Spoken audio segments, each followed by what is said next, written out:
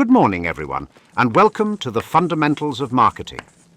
Before we get into all the theories, frameworks, and case studies, let me ask you a quick question. When you hear the word marketing, what's the first thing that pops into your head? Go ahead, take a second. I'm willing to bet that for a lot of you, it's something like slick TV commercials, those YouTube ads you can't skip, or a jingle that gets stuck in your head for days. Maybe you even picture a fast-talking salesperson trying to convince you to buy something you don't really need. You might think of giant billboards in Times Square, or those creepy targeted ads that seem to know what you were just thinking about. And look, you're not wrong. All of those things are part of marketing. They're tactics, tools in a much, much bigger toolbox. But saying marketing is just advertising is like saying a car is just a steering wheel. You're completely missing the engine, the whole complex machine that actually makes the thing go. The real point of marketing, its actual purpose, is so much deeper and, honestly, way more interesting than just shouting at people to buy stuff. In fact, if we as marketers do our jobs right, the selling part becomes almost effortless. Section 1. The core redefinition. Now, that might sound a little radical, but it's one of the most important ideas in this field. The legendary management consultant Peter Drucker said it perfectly. He said, "The aim of marketing is to know and understand the customer so well that the product or service fits him and sells itself." He even said, "The aim of marketing is to make selling superfluous." Let that sink in for a minute. The goal of this entire multi-billion-dollar industry is to make hard selling unnecessary. How is that even possible? It's possible because at its heart, real marketing isn't about persuasion or manipulation. It's about creating value.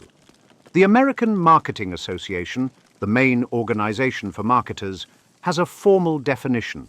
They say, marketing is the activity, set of institutions and processes for creating, communicating, delivering, and exchanging offerings that have value for customers, clients, partners, and society at large. Okay, that's a mouthful. It definitely sounds like it was written by a committee, because it was. But let's just pull out the most important words there. Creating, communicating, delivering, and exchanging. Value. Value is everything. Marketing isn't just a department. It's the entire business looked at from the customer's perspective. It's this big process of figuring out what people truly need, what problems they're facing, what they hope to achieve, and then building a solution so perfect for them it feels less like a purchase and more like a discovery. It's a total shift in thinking. It moves us away from asking, what can we sell? And toward asking, what problems can we solve? It's not about finding customers for your products. It's about finding products for your customers. We're going to come back to this idea again and again. Section 2. The evolution of marketing. A quick history.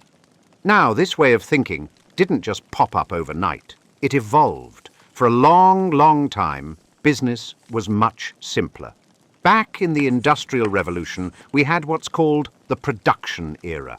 Companies like Ford could basically say, you can have any color you want, as long as it's black. The whole game was about making things as efficiently as possible. If you could build it, people would buy it, mainly because they had no other choice. Then, as more companies jumped in, we moved into the sales era. All of a sudden, businesses had to actually compete for customers. This is where that stereotype of the pushy salesperson was born. The mindset was, we've got a warehouse full of stuff. We need to push it out the door. It was all about the company's needs, not the customers. But after World War II, things started to change. People had more options, more information, and more power than ever before. This led us to the marketing era. This was the huge turning point when businesses realized the key to success wasn't just making things or pushing them on people. The key was to start with the customer, figure out what they need first, and then work backward to make it. And today, we're in what many call the relationship era. The goal isn't just to make one sale, it's to build a long-term connection with customers. Think of it like this. Old-school marketing was a loudspeaker. It was a one-way message from a company to a crowd. Modern marketing is a conversation. It's a two-way street of listening, learning, and adapting. Section 3. Introducing the foundational framework, the 4 Ps. So if our goal is to create and deliver value, how do we actually do that?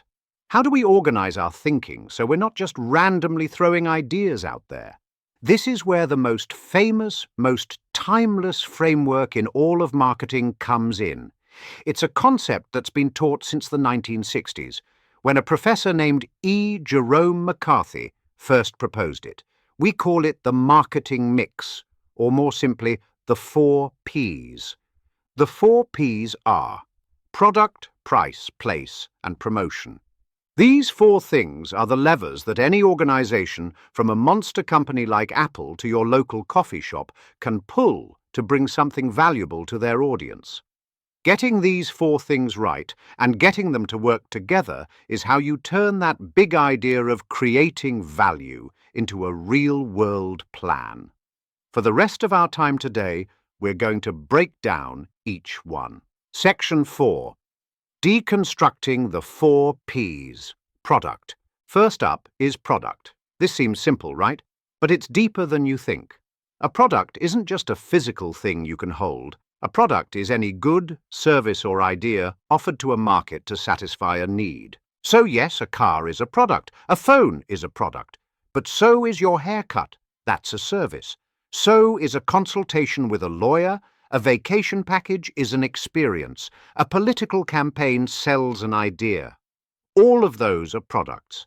When we talk about product, we're thinking about the whole package. The features, the quality, the design, the packaging, and most importantly, the brand name. A brand is so much more than a logo. It's a promise. It's all the feelings and ideas a customer has about you. Think about Apple. When you buy an iPhone, you're not just buying glass and silicon. You're buying into a specific design philosophy, an entire ecosystem of apps, a reputation for being easy to use, and a certain kind of status. All of that is the product. A great product strategy comes from understanding what the customer is really buying. A famous marketing professor, Theodore Levitt, used to say, "People don't want to buy a quarter-inch drill. They want a quarter-inch hole. The product is the solution." Section 5. Deconstructing the 4 Ps. Price. The second P is price. Now this one is special. It's the only one of the 4 Ps that brings money into the company. Everything else is a cost. Price is what a customer gives you in exchange for the value you give them. But pricing is a tricky and psychological game. You can't just calculate your costs and add a little extra. The price you set sends a huge signal to people about your product's quality and what it stands for. There are all kinds of pricing strategies. Some companies try to be the cheapest option, but many others use premium pricing, setting their prices high to signal quality and prestige. When Starbucks charges $5 for a latte, they aren't just charging you for coffee and milk. They're charging for the quality of the beans, the trained barista, the comfortable chairs, and the logo on the cup. That higher price actually reinforces the idea that it's a premium product. Apple does the exact same thing. They have never once tried to be the cheapest phone or computer you can buy. Their high prices are a core part of their brand, signaling that you're getting top-tier design, innovation, and a seamless experience. Ultimately, the right price isn't about what it costs you to make. It's about what a customer believes it's worth. Section 6. Deconstructing the 4 Ps. Place. Our third P is place. This is all about where and how customers can get to your product. In other words, it's about distribution. The whole goal here is to make your product available to the right people in the most convenient way possible. In the old days, place just meant a physical store. Do you sell your stuff in a fancy department store, a big box discount chain, or a tiny boutique? Every choice sends a message. Today, place is way more complex and exciting. You have direct-to-consumer companies that sell straight to you online, skipping the middleman. Think about how Tesla sells cars. You don't go to a normal dealership, you go to a Tesla gallery or their website. This gives them total control over the experience. You have online marketplaces like Amazon, which give you incredible reach. You have company-owned stores like the Apple stores, which aren't just stores, they're experiences. The Apple Store is a masterclass in place. They put them in busy, upscale locations and let you play with everything in a no-pressure environment. And of course, for digital products, place can be anywhere in the world with an internet connection. The key to place is knowing where your customers hang out and putting your product right there, making it easy and totally consistent with your brand. Section 7. Deconstructing the 4 Ps, promotion. And finally, we get to the 4th P, promotion. This is the one everybody thinks is the entirety of marketing. Promotion covers all the ways you communicate your product's benefits and persuade your target customers to try it. Advertising is definitely part of it. TV, radio, digital ads, you name it. But it's just one piece of the puzzle. Promotion also includes public relations, PR. This is about managing your company's reputation and getting positive press. A good news story about your company can be way more powerful than a paid ad. Sales promotions. These are short-term deals to get people to buy now, like discounts, coupons, or BOGO offers. Personal selling. This is the face-to-face interaction you see in high-value sales, like for enterprise software or luxury cars. Content marketing. This involves creating useful, free content like blog posts, videos, or podcasts to attract an audience and build trust over time. A great promotion strategy isn't about being the loudest. It's about being heard by the right people with the right message. Look at Tesla again. The company spends almost nothing on traditional ads. Their promotion is built on the PR generated by their CEO, Elon Musk, the media frenzy around their launches, and incredible word of mouth from their fans. They basically turned their customers into their marketing department, which is the most powerful promotion there is. Section 8. We've just covered the 4 Ps, which is the essential framework for tactical marketing. To help you lock this in, I've put together a simple one-page guide that breaks down each of the 4 Ps and lists the key questions you should ask for each one. You can download it for free using the link in the description. It's a great little study guide to have as we move through the course. Section 9. The Framework in Action, the Starbucks Case Study. Okay, theories are great, but let's see how this works in the real world. Let's apply the 4 Ps to a brand we all know, Starbucks. Product. What's the product? On the surface, it's coffee. But their real product is so much bigger. It's a consistent, high-quality drink experience. They have a massive product line, all the drinks, food, coffee beans for home, and mugs. But beyond that, their product is the 3rd place, a comfortable spot between home and work where you can hang out. That feeling, that environment, is just as much a part of the product as the coffee. Price. Like we talked about, Starbucks uses premium pricing. They're way more expensive than McDonald's coffee. That price reinforces their brand image as a specialty, high-end coffee shop. You're not just paying for the drink, you're paying for the atmosphere, the service, and the brand itself. The perceived value justifies the price. Place. Starbucks has absolutely mastered place. Their strategy is all about being everywhere. They have thousands of stores in high-traffic spots, downtowns, airports, you name it. But beyond their physical stores, their mobile app is a brilliant place strategy.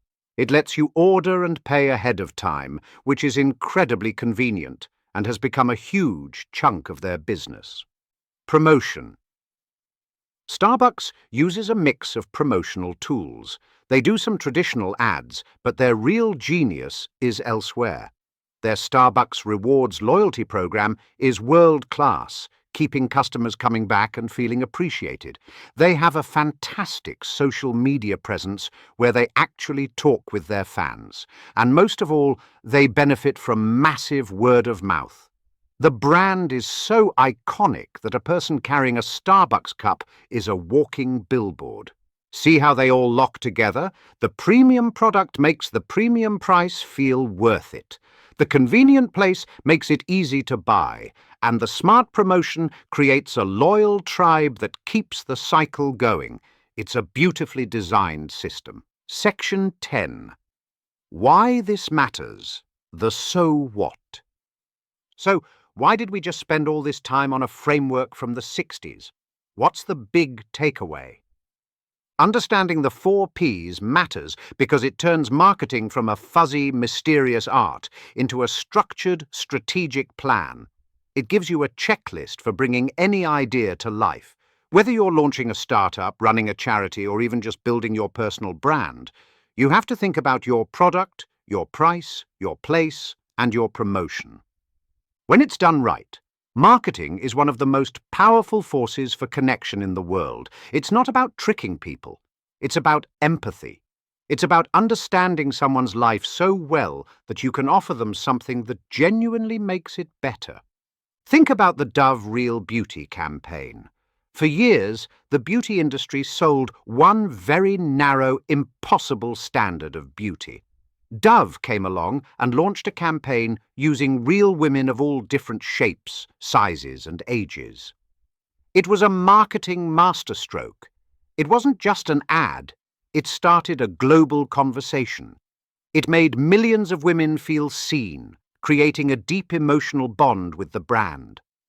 That campaign was wildly successful, not because it fooled anyone, but because it tapped into a powerful, unspoken truth. Sales reportedly jumped from $2.5 to $4 billion in the first 10 years of the campaign. That is the power of authentic marketing. Moving on, now that we've covered the strict basics, we're now going to tackle 6 big misconceptions in marketing from the perspective of the consumer. Later on, there are also myths from the perspective of the business. And these aren't just theories. These are the myths that make businesses waste millions, miss huge opportunities, and fail to connect with the very people who need them. By the end of this part, you won't just know what marketing isn't. You'll have a much clearer, stronger idea of what it truly is, a core engine for business growth. So let's start with the biggest myth of them all. Jatru, Section 1, Myth number 1. Marketing is just advertising and sales. The first myth, and honestly the most common one, is that marketing is just a fancy word for advertising and selling stuff. When people hear marketing, they picture a Super Bowl commercial, a glossy magazine ad, or a salesperson who just won't quit. That's like saying an iceberg is just the tip you see above the water. In reality, ads and sales are just that, the tip. They're the most visible parts of a massive strategic foundation hidden just below the surface. Real marketing is a whole process that starts long before a product ever gets an ad and continues long after someone clicks buy. It's the entire strategy of bringing something to market. Think of it as the master plan for the whole war, while an advertisement is just one tactic on one battlefield. This master plan covers a ton of ground. It starts with market research, getting to know the landscape. Who are the customers? What keeps them up at night? What are their real needs and wants? What's the competition up to? Where are the gaps we can fill? This isn't just guesswork. It's a serious investigation. That research then shapes the product itself. What features should it have? How should it look and feel to solve the customer's problem perfectly? Once the product is ready, marketing sets the price. Is this a premium, high-end item, or is it for the budget-conscious crowd? That single decision changes everything about the brand's identity. Then you have distribution, how the product actually gets to the customer. Online only? In big box stores? Through partners? It's only after all that strategic work is done that promotion, which includes advertising, even enters the picture. And even promotion is way more than just ads. It's PR, social media, content, email newsletters, and creating buzz that gets people talking. Take a local coffee shop, for instance. If you think marketing is just ads, you'd say their marketing is the flyer for the new pumpkin spice latte. But the real marketing was choosing to open on a corner with tons of foot traffic. It was the research that showed young professionals in the neighborhood would happily pay more for high-quality, ethically sourced coffee. That's marketing. The price of the coffee, the comfy chairs and free Wi-Fi that make you want to stay, the loyalty card that keeps you coming back, that is all marketing. That friendly barista who remembers your order, that's relationship marketing right there. The flyer is just the megaphone for a message that marketing already wrote, on a stage that marketing already built, for an audience that marketing already gathered. So think about it for a second. What's something you bought recently not because of an ad, but for another reason? A friend's recommendation, a great online review, the vibe of the store, or the brand's reputation? If so, you've seen the real expanded power of marketing at work. Section 2. Myth number 2. Marketing is manipulation. All right, let's tackle a cynical but common belief, that marketing is all about manipulating people. This is the idea that marketers are just using psychological tricks and deceptive language to fool you into buying things you don't need. This view usually comes from seeing the worst of the industry, the high-pressure sales, the fine print, the bait and switch. And while shady practices definitely exist, saying all marketing is manipulation is a deep misunderstanding of what makes it work long-term. The difference between ethical marketing and manipulation boils down to intent and outcome. Manipulation's goal is selfish. It's about the seller winning at the buyer's expense, usually through lies or by exploiting a weakness. It's a short game. You might trick someone once, but you've destroyed trust. They'll never come back, and they'll probably tell everyone they know about their bad experience. In a world this connected, a reputation for being manipulative is a death sentence for a business. Ethical marketing, on the other hand, is about creating real value. The goal is a win-win, where the customer gets their problem solved and the business grows because of it. It's about knowing a customer's needs so well that you can offer a solution that genuinely makes their life better. This is persuasion, not coercion. Persuasion is about making a compelling case while respecting a person's intelligence and freedom to choose. Coercion is about taking that choice away. Imagine you're at a farmer's market.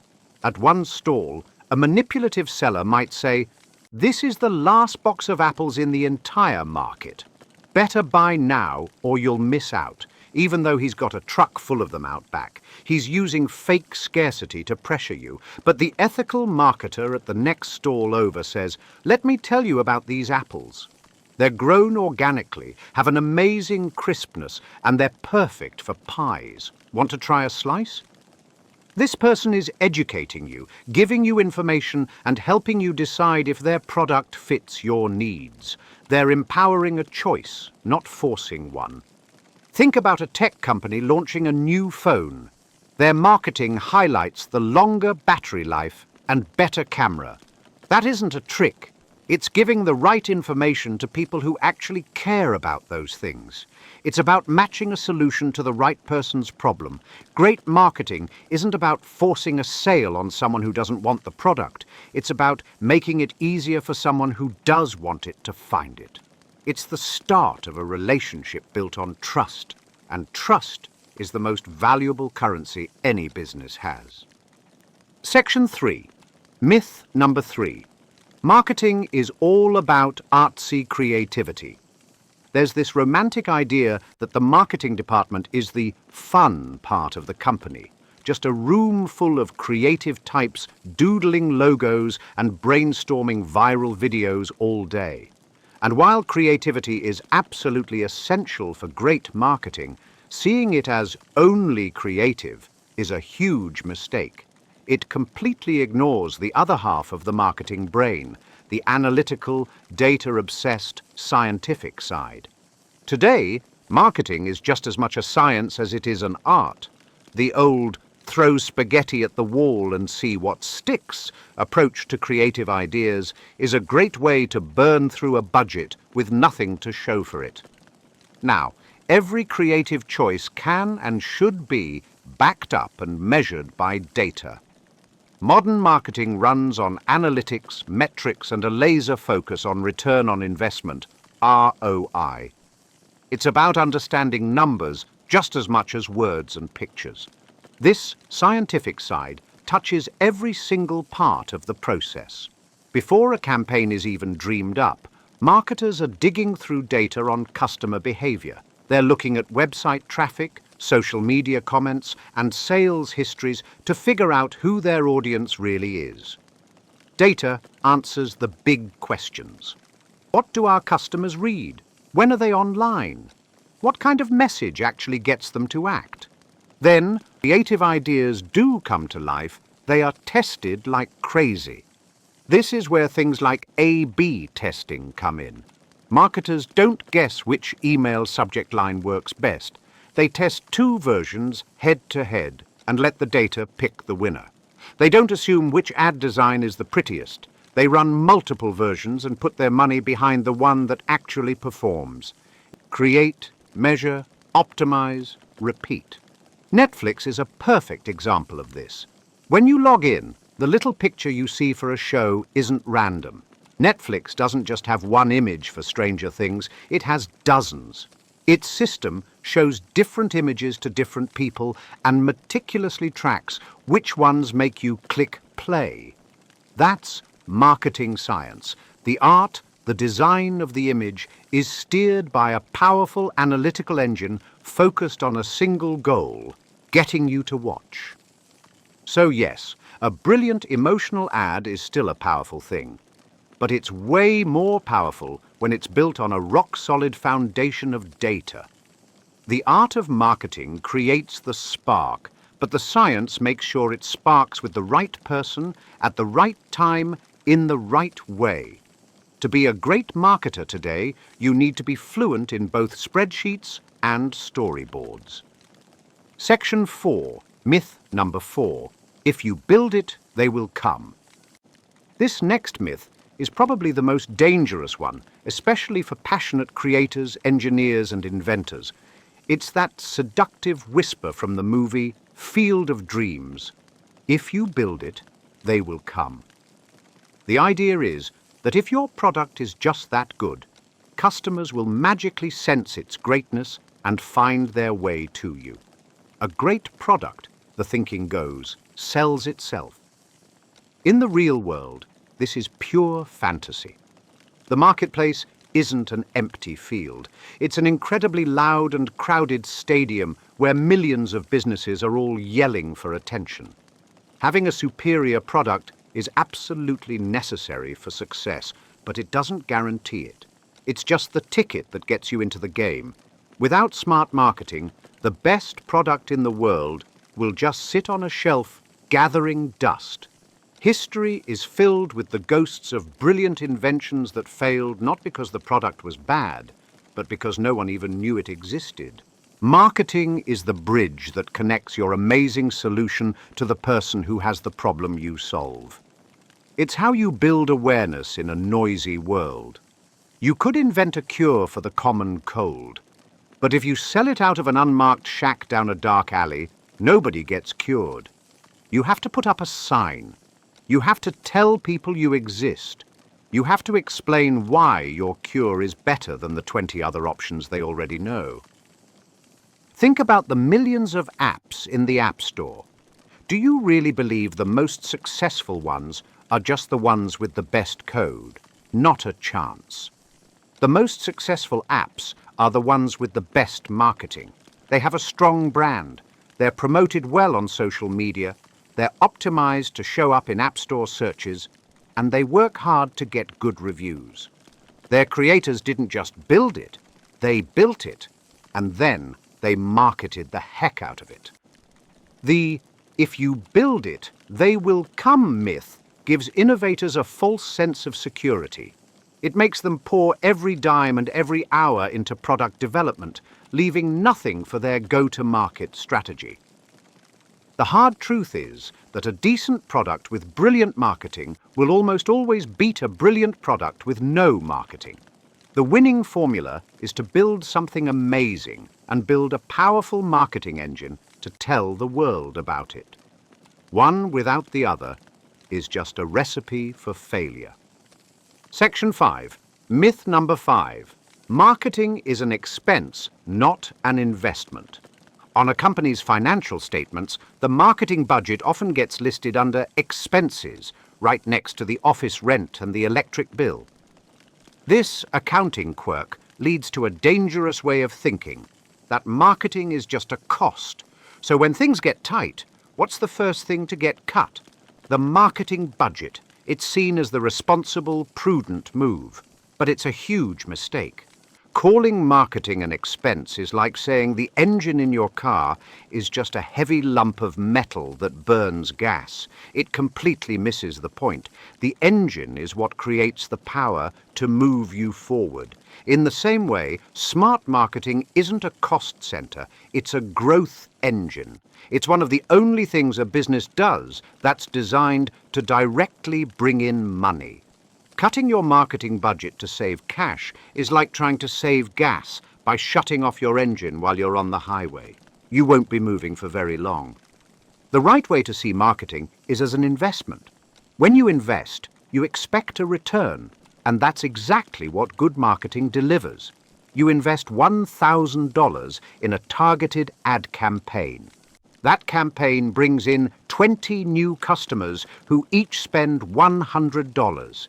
Your $1,000 investment just generated $2,000 in revenue, a 100% return right away. But it doesn't stop there. If your product is great, maybe 5 of those people become loyal fans who spend another $500 each over the next couple of years. Your initial $1,000 investment is now paying dividends years down the road. This idea is called customer lifetime value, CLV, and it's the key to understanding the true ROI of marketing. This is why slashing the marketing budget during a downturn is often the worst thing you can do. That's precisely when you need your growth engine the most.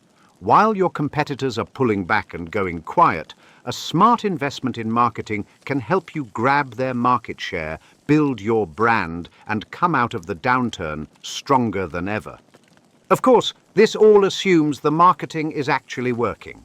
Throwing money at bad campaigns is definitely just an expense.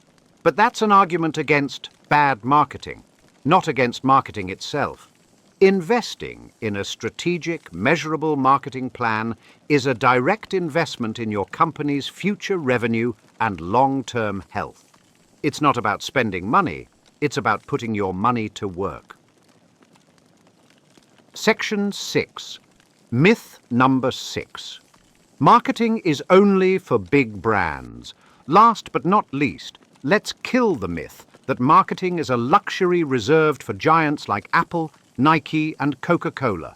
So many small business owners see the Super Bowl ads and celebrity endorsements and think, well, I can't afford that. I guess marketing isn't for me. This could not be more wrong. In fact, you could argue that marketing is even more important for a small business than it is for a huge one. A giant corporation already has brand recognition, a massive distribution network, and a huge budget. A small business has none of that. It's fighting for every single customer every day. For them, marketing is the great equalizer. It's the toolbox that lets a small, scrappy business compete with and even outsmart its bigger, slower rivals. The mistake is thinking that marketing only means expensive mass media advertising. That's just one flavor of it. The digital world has completely democratized marketing, putting incredibly powerful and affordable tools into everyone's hands. A local bakery can't buy a Super Bowl ad, but it can build a passionate local following on Instagram by showing off its beautiful cakes.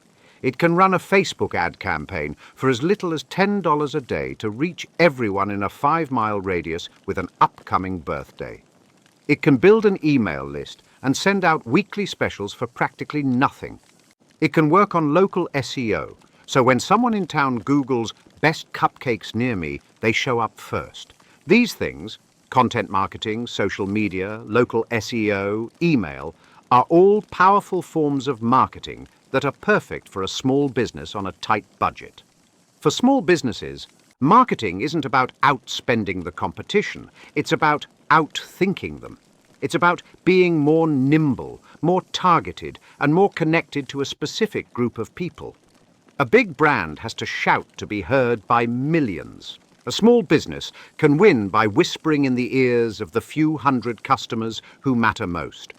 So for our last reflection, think about a small, local business you absolutely love. How did you find out about them? Was it from a friend, a community Facebook group, a local event? Chances are it was through a clever, targeted, and low-cost marketing effort. They are living proof that you don't need a big budget to make a big impact. Phew! All right, everyone, it's time to take a breather. Pause the video, stretch your legs. We're about to hop back into more constructive details into the 4 Ps mentioned earlier, but with some talk about shoes and a brand called Nike. So, have you ever wondered how a brand like Nike can sell a simple pair of shoes for over $150 and have people lining up to buy them? Or how they seem to be everywhere you look, from the world's most famous athletes to your local gym? It's not just about having a great product or a cool logo. The answer is a powerful foundational marketing framework known as the 4 Ps of the marketing mix. This is the core playbook that Nike and countless other successful brands use to deliver value and win customers time and time again. Behind every truly great product, every memorable brand, and every company that leads its industry, there's a deliberate and well-crafted strategy. This isn't some secret held only by massive corporations. It's a rigorous use of the marketing matrix that anyone can learn and apply. Let's get into it, starting with the first P, product. The journey of the marketing mix starts with the first, and arguably most important P, product. A product isn't just a physical item, it's the core offering a company presents to the market to satisfy a customer's need or want. It's the very heart of the deal. This could be a tangible good, like a car, an intangible service, like a haircut, or even an idea, like a public health campaign. For a product to succeed, it has to deliver real value that solves a problem or fulfills a desire for its target audience. Let's break this down with our Nike example. On the surface, Nike's product is athletic footwear, apparel, and equipment. But to really get their product strategy, we have to look deeper. Nike doesn't just sell shoes, they sell innovation, performance, and identity. First, think about the breadth and depth of their product lines. Nike offers a massive array of products for almost any sport and lifestyle you can imagine. From running and basketball to soccer and yoga, they have specialized gear. And within each category, there's incredible depth. Take running shoes. You can find the Air Zoom Pegasus for daily training, the Vaporfly for elite racing, and the Trail series for off-road runs. Each one is meticulously designed for a specific person and a specific need. This wide-ranging portfolio ensures Nike has something for nearly everyone, from pro athletes to weekend joggers. The second layer of Nike's product strategy is relentless innovation. This is a core part of their DNA and a key way they stand out. Think of game-changing technologies like Nike Air, which revolutionized cushioning back in the 80s, the super lightweight fly-knit material that changed how shoes are made, or the dry-fit fabric that wicks sweat away. Nike invests a ton in R&D, often working with top athletes to push the limits of what's possible. They even use advanced tech like AI to design faster, test new materials, and create custom products from athlete data. This commitment means their products aren't just stylish, they're engineered to boost performance, creating a powerful perception of being the best. Finally, the product goes beyond the physical item to include branding, design, and packaging. The Nike swoosh is one of the most recognized logos on the planet, instantly sending a message of quality, performance, and a winning attitude. The design is consistently modern and aspirational. Even the packaging, that iconic orange shoebox, is part of the experience. When you buy a Nike product, you're not just getting an object. You're buying into the brand's story, its community, and the feeling of empowerment it stands for. The product becomes a way to express yourself, a badge of a certain lifestyle. So when we look at Nike's product, we see it's a complex, multi-layered creation. It's the physical shoe, the tech inside it, the brand identity attached to it, and the specific solution it provides. This all-in approach to product is the foundation for the other 3 Ps. So, you've developed a fantastic product. The next critical question is, how do you price it? This brings us to the second P, price. Price is the amount of money a customer pays for the product, but it's so much more than a number on a tag. Price is a powerful signal of value, quality, and where the brand sits in the market. It's also the only element in the marketing mix that actually generates revenue. Everything else is a cost. A smart pricing strategy has to balance production costs, what competitors are charging, and most importantly, what the customer believes the product is worth. Nike has absolutely mastered a premium pricing strategy. Their products are consistently at the higher end of the market. This isn't a random choice. It's a deliberate move that's woven into every other part of their marketing. That premium price is justified, first, by the product itself. As we discussed, Nike products are built on innovation and quality materials. The technology in a pair of Alpha Flies or the durability of their outdoor gear contributes directly to a higher perceived value. Customers are willing to pay more because they believe they're getting a superior product that delivers better performance, comfort, or style. The price reinforces the message. Nike isn't a commodity, it's high-performance equipment. Nike also uses a strategy called value-based pricing. This means they set prices not just based on their costs, but on the value customers feel they are receiving. They know a customer isn't just buying leather and rubber. They're buying confidence, speed, and a ticket into a community of athletes. What's that feeling worth? Nike's price is a confident answer to that question. They also employ price skimming for their most innovative releases. When a new technology or a limited edition sneaker drops, they set a high initial price to skim profits from the die-hard fans who will pay anything for the latest and greatest. Think of the first self-lacing sneakers or collaborations with designers like Off-White. These items command huge prices, creating a halo of exclusivity and desire around the whole brand. After the initial hype cools down, prices might be adjusted to reach a wider market. Of course, Nike's pricing isn't totally rigid. They engage in competitive pricing where they need to, keeping a close eye on rivals like Adidas and Puma to stay in the game. They also use promotional pricing like seasonal sales and factory outlet stores to move inventory and make their products more accessible without cheapening the main brand. These sales are often carefully managed to create a sense of urgency. Nike's pricing strategy is a masterclass in psychological positioning. The premium price signals quality, the value-based approach connects with what customers want, and the skimming strategy builds hype. It all tells one consistent story. Nike is a top-tier brand, and owning their products is an investment. A great product at the right price is pointless if customers can't find it. This is where the third P, place, comes in.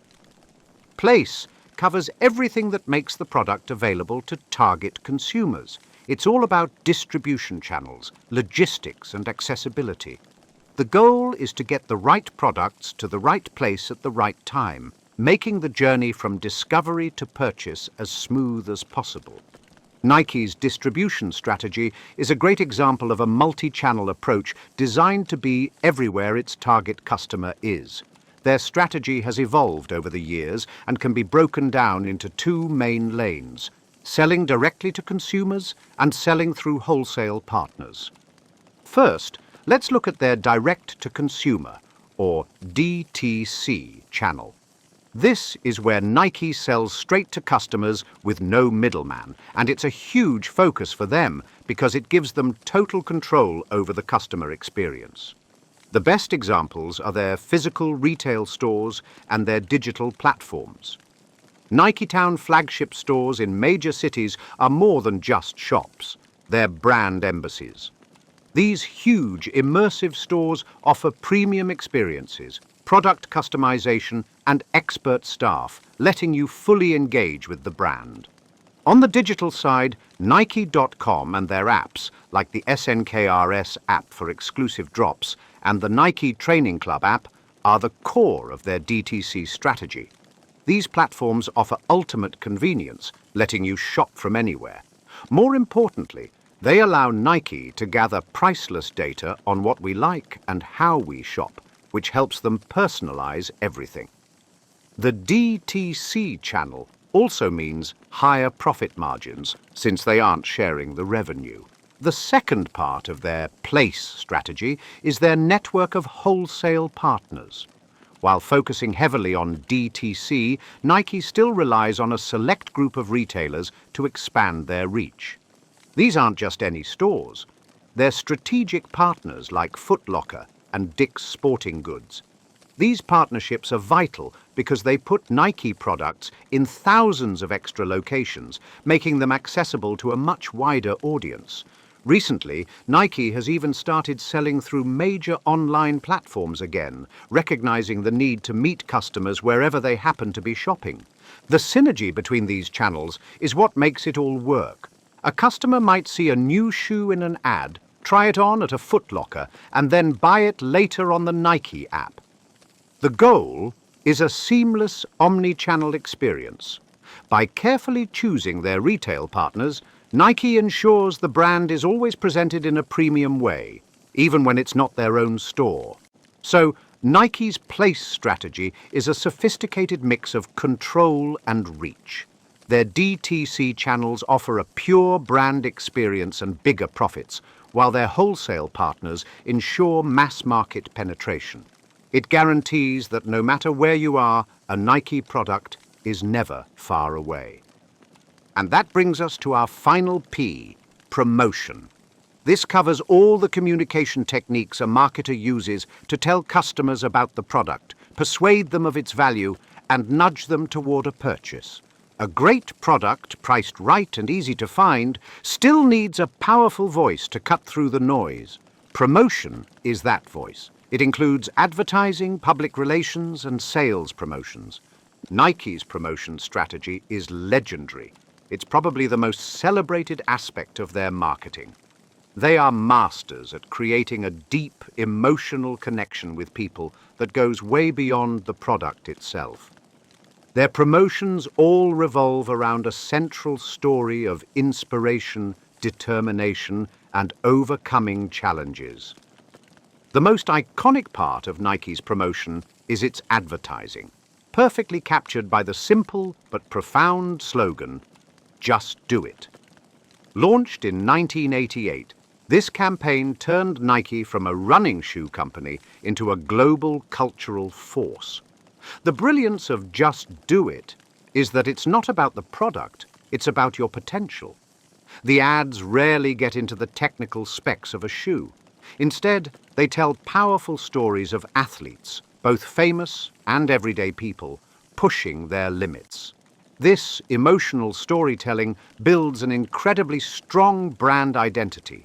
You see a Nike ad, you feel inspired, and that feeling gets tied directly to the brand. Another key piece is their use of athlete endorsements. From Michael Jordan, whose partnership created a billion-dollar brand on its own, to modern icons like LeBron James, Serena Williams, and Cristiano Ronaldo, Nike has always aligned itself with the best of the best. These endorsements act as powerful social proof. When a world-class athlete chooses Nike, it sends a clear message about quality and credibility. It lets us feel connected to our heroes. Today, Nike's promotional strategy has perfectly woven in digital and social media. They have a massive presence on Instagram, YouTube, and TikTok, where they do more than just post product pictures. They create engaging content, run interactive campaigns, and build a real sense of community. The Nike Run Club and Training Club apps are perfect examples. They provide real value with workout plans and progress tracking, all while keeping you inside the Nike ecosystem. This builds long-term loyalty that's about much more than a single purchase. Finally, Nike uses sales promotions and public relations to round things out. Sales promotions, like limited-time offers, drive short-term sales. Their PR efforts focus on maintaining a positive brand image, often by highlighting their commitment to social causes and sustainability, which connects with today's consumers. In short, Nike's promotion isn't just about selling things, it's about building a movement. Through inspirational storytelling, strategic endorsements, and deep community engagement, they've created a brand people want to be a part of. They don't just sell you shoes, they sell you the motivation to just do it. Before we head into the final portion of this video, I just want to let you know how proud I am that you took the time today to improve your understanding of marketing. As I said from the beginning, these lessons are meant to empower you to build, create, and market whatever you deem worthy in today's world. Anyways, the groundwork, i.e., getting a handle on the what and why of marketing, isn't just another box on the org chart as you've seen. It's not just about running ads and posting on social media. Marketing is the central pillar, the very spine that holds the entire business together. And getting this right is the key to unlocking consistent revenue, serious growth, and the holy grail of business: unbreakable brand loyalty. Stick with me, because this last change in perspective can change everything for you.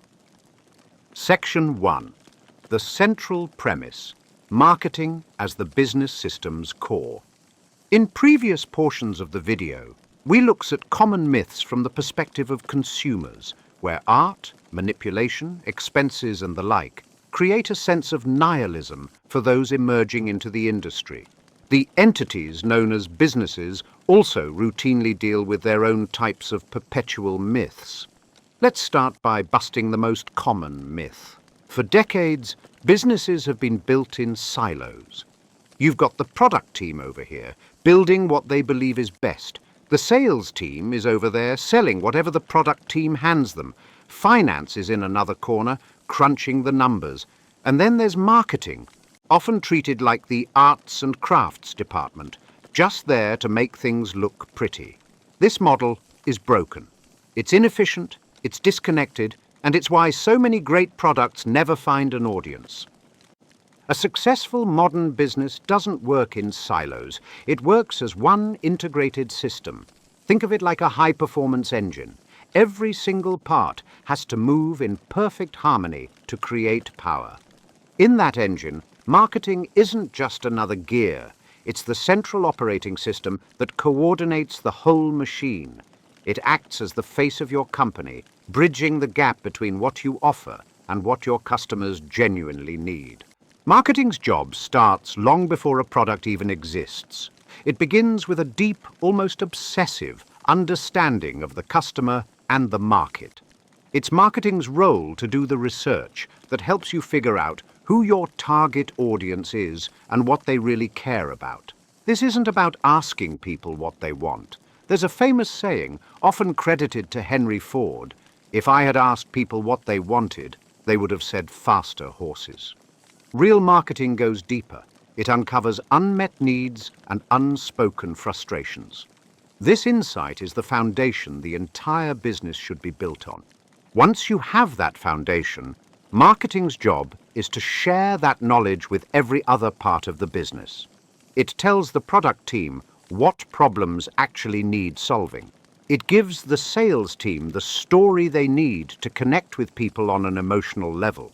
It even helps finance understand which activities are actually making money. When every department is aligned around the same customer-focused vision, the business stops being a bunch of separate parts and starts acting like a powerful, unified force. That's the big idea we're exploring today through 3 core pillars that show how marketing holds it all together. Section 2, Pillar 1, the bridge to the consumer. The first and most vital role of marketing is to be the bridge between the product you've made and the people you want to serve. A product, no matter how brilliant, is just an object with features and functions. But here's the thing.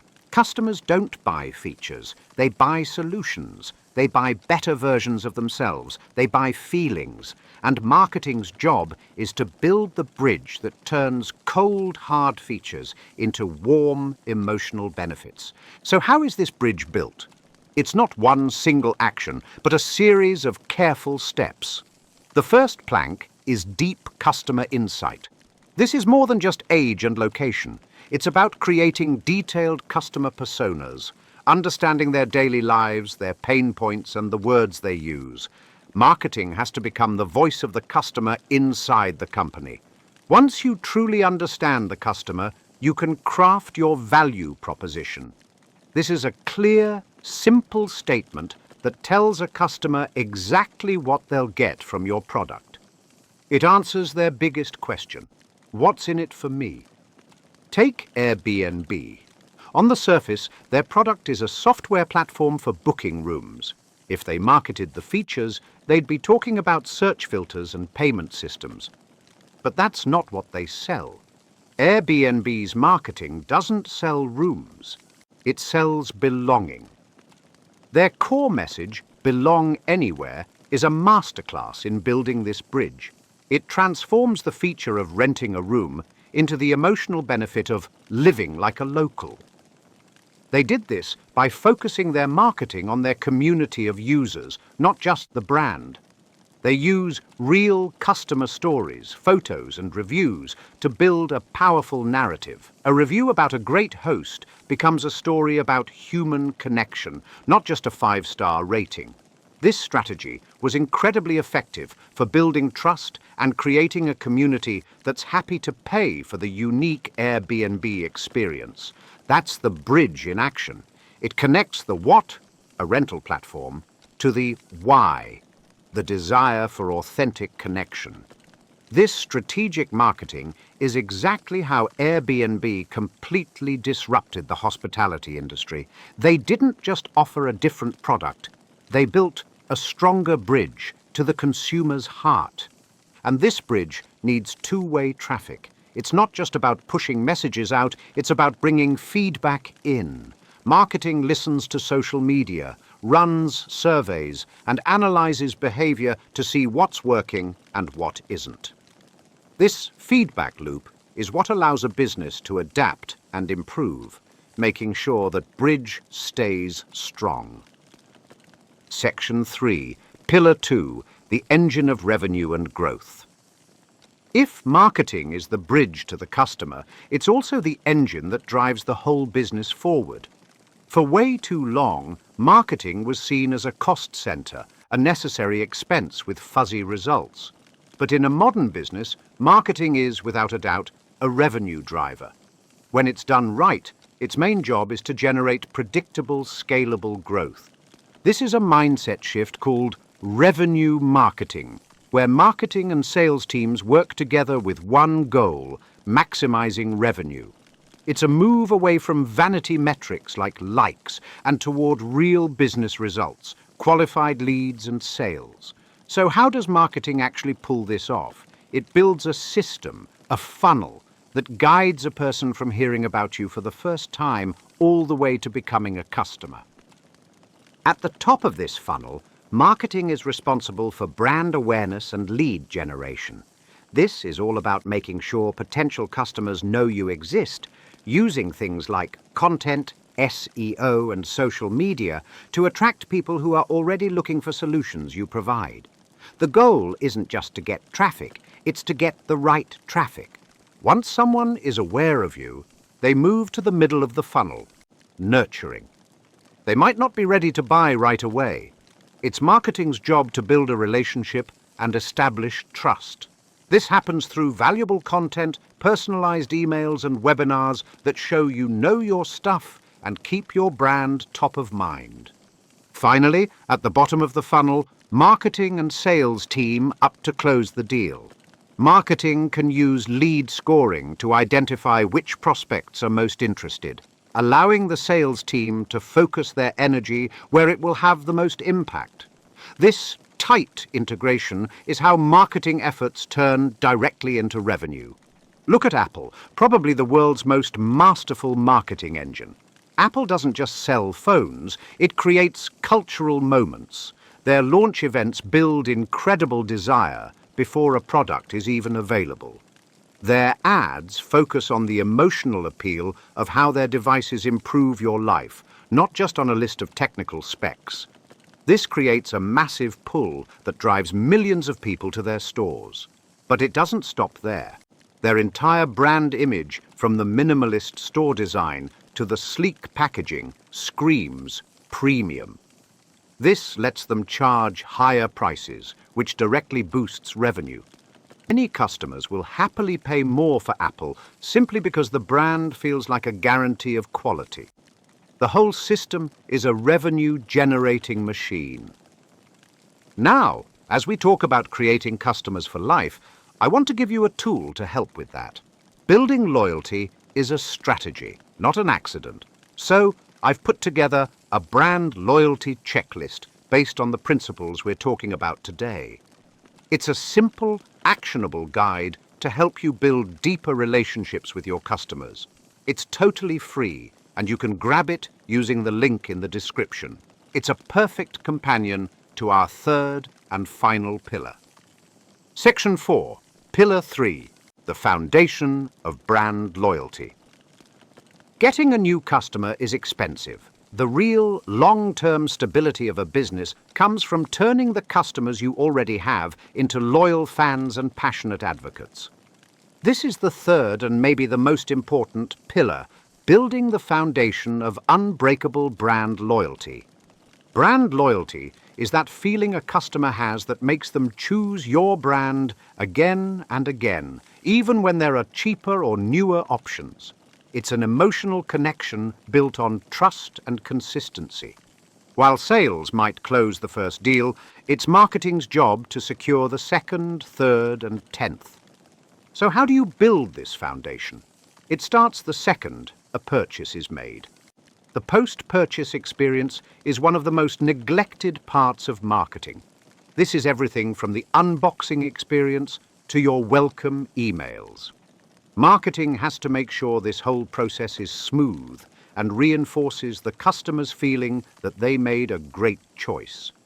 Beyond that, marketing is responsible for building a community. This means creating a space where customers feel connected to the brand and to each other. When customers feel like they're part of a tribe, their loyalty goes way deeper. They stop being just consumers. They become members. Apple is the ultimate example here. They don't just sell products, they've built an entire ecosystem. The seamless way the iPhone, MacBook, and Apple Watch all work together makes it incredibly convenient to stay in the Apple world. This ecosystem is a powerful marketing strategy that locks customers in. But it's more than just convenience. Apple has created a global community of users who feel a shared identity. Owning an Apple product is, for many, a statement about their values. Design, quality, innovation. This is the result of decades of consistent branding and focusing on the customer experience. The result? Apple has one of the highest brand loyalty rates in the world,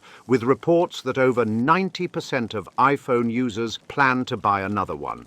These loyal customers don't just buy again. They become a volunteer marketing army for the company. Section 5, Audience Reflection. Let's pause for a second. We've been talking about huge companies like Apple and Airbnb, but marketing affects all of us every single day. I want you to take a minute and think about your own experiences. Pause for a few seconds. Think about a brand you're really loyal to. It could be your morning coffee, the phone you're holding, or the car you drive. Why are you loyal to that brand? Is it just the product, or is it something more? What did their marketing do to earn your trust? Was it their message, their customer service? Now think about a time a marketing message actually got you to try something new. What was it about that message that worked? What promise did it make? And did the product live up to it? How did that whole experience make you feel? Pause for a few seconds. Understanding how you personally react to marketing is the first step toward becoming a better marketer. It helps you see past the tactics